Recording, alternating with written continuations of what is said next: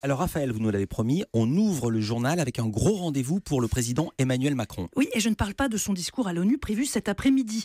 Pendant que les députés de La République En Marche apprennent la com en séminaire à Aubervilliers, Emmanuel Macron, lui, évolue dans des toutes autres sphères médiatiques. CNN l'a révélé hier. Le président répondra ce soir aux questions de la journaliste star Christiane Amanpour. Bonne annonce, attention, c'est toujours impressionnant, l'info continue américaine. Tuesday on Amanpour, the first international interview with French President Emmanuel Macron.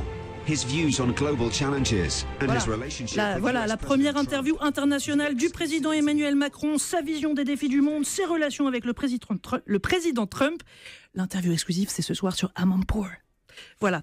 Alors, vous avez remarqué dans cette bande-annonce, si vous parlez bien anglais, ce qui intéresse d'abord les médias américains, c'est ce que Macron a à dire sur Donald Trump. Il faut dire qu'en termes de storytelling, leur face-à-face, c'est un peu du bonbon. D'abord, l'affrontement avec leur poignée de main intense et virile, ça c'était en mai, puis la réconciliation à Paris lors du défilé du 14 juillet.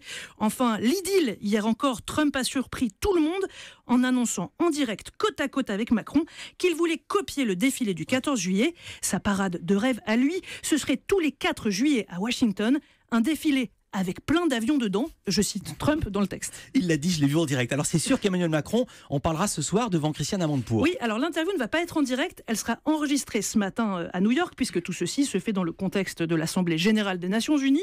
Ce sera la première interview qu'Emmanuel Macron va donner en anglais à la télé.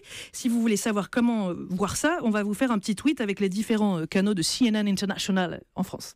Alors notre compte Twitter, je le précise, c'est @villagemedia, village au singulier et média au pluriel sans accent. Alors Raphaël,